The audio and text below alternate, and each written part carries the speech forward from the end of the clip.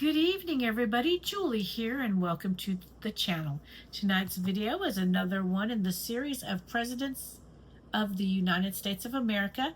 This is a book I got at Ollie's, written by Jody Shepard, and basically it just gives a quick overview of each president. So we're reading a president a night, and so you learn a little bit. These are just more like an outline. So I go to my good friend Google and I'll look up the presidents to get a little more information, where this video will be more than a couple minutes long. So I love history. That's the reason I decided to do this. And it has been such an experience to study these gentlemen.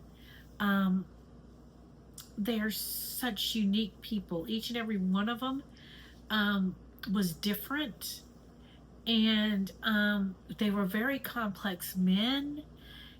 These men, some people didn't think them to be smart or anything, but some of these men spoke multiple languages, and they were very, very smart. Don't think that just because they lived in an older time that they weren't smart, because they were very intelligent men who helped shape our country. So without further ado, let's start on our 30th President of the United States, Calvin Coolidge. Calvin was born on July 4th, 1872 in Vermont. He served from 1923 to 1929, two terms. His vice president on his second term was Charles Dawes. There wasn't one on his first term because he took over after the death of President Warren G. Harding. So he assumed the office after Harding died. He had a wife named Grace and two children, and he died in 1933. During Coolidge's presidency, Charles Lindbergh made the first solo airplane flight across the Atlantic Ocean. Did you know Coolidge had a pet raccoon named Rebecca? He walked it around the White House on a leash. Calvin Coolidge is the only president to date who was born on July the 4th. He heard of President Harding's death in the middle of the night while visiting his father in Vermont. His father gave him the presidential oath of office in the farmhouse parlor. Then the new president went back to sleep. Maybe that's where the slogan "Keep Cool with Coolidge" came from. Coolidge thought he had two important jobs as the leader. The first was to keep the White House honest so people could trust their president. The second was to keep things running smoothly. He did both.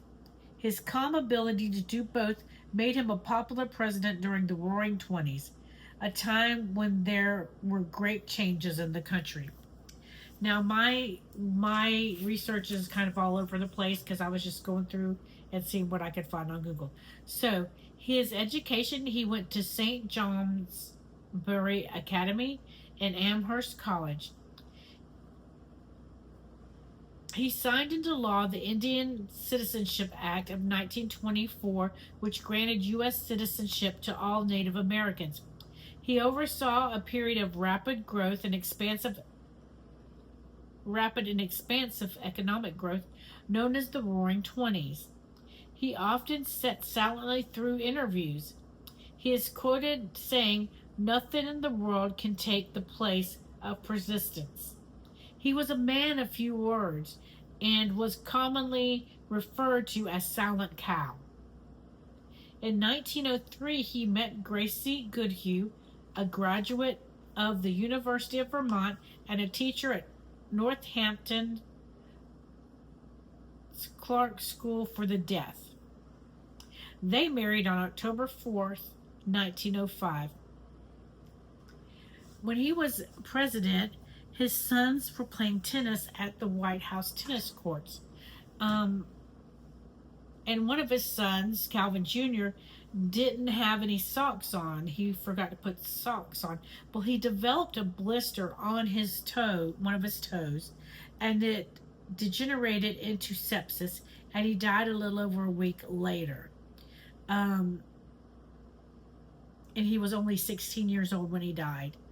I believe he was the youngest son, and he never got over his son's death.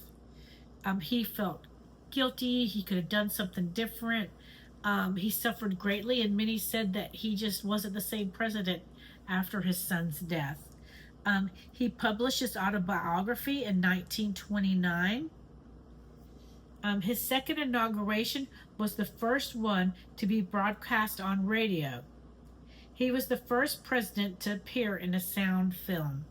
He was a very unique, and he did a lot of things. He was very well liked by the people because those times were such good times. But later on in 1929, there was an economic disaster. We went into the Great Depression, and some people say that that kind of made him look bad because he had been the president before all that happened. But I don't necessarily think that's the case, but you just never know. But most people considered him a really good president. He was really well liked among all. So there was that. So, but that's it. That's the video for tonight. Don't forget to like, comment, subscribe, share, do all the things that help get the channel. And don't forget to check out the channel. We are reading the Bible in a year in chronological order with the Bible recap as our guide. You can look through those and start at day 1, or you can join us where we are right now. We do a new video on that every day. And there's so many other videos. Everything's in playlists where you can find it easier. So I thank you so much for taking the time to watch the video. This series has been so fun, and I've learned so much about each one of these presidents. And you know what I didn't do? I didn't show you his picture. So let me do that real quick, and we'll close out. There he is. So that's it. Thank you so much for watching. God bless you. Have a wonderful night, and we'll see you in the next video. Bye-bye.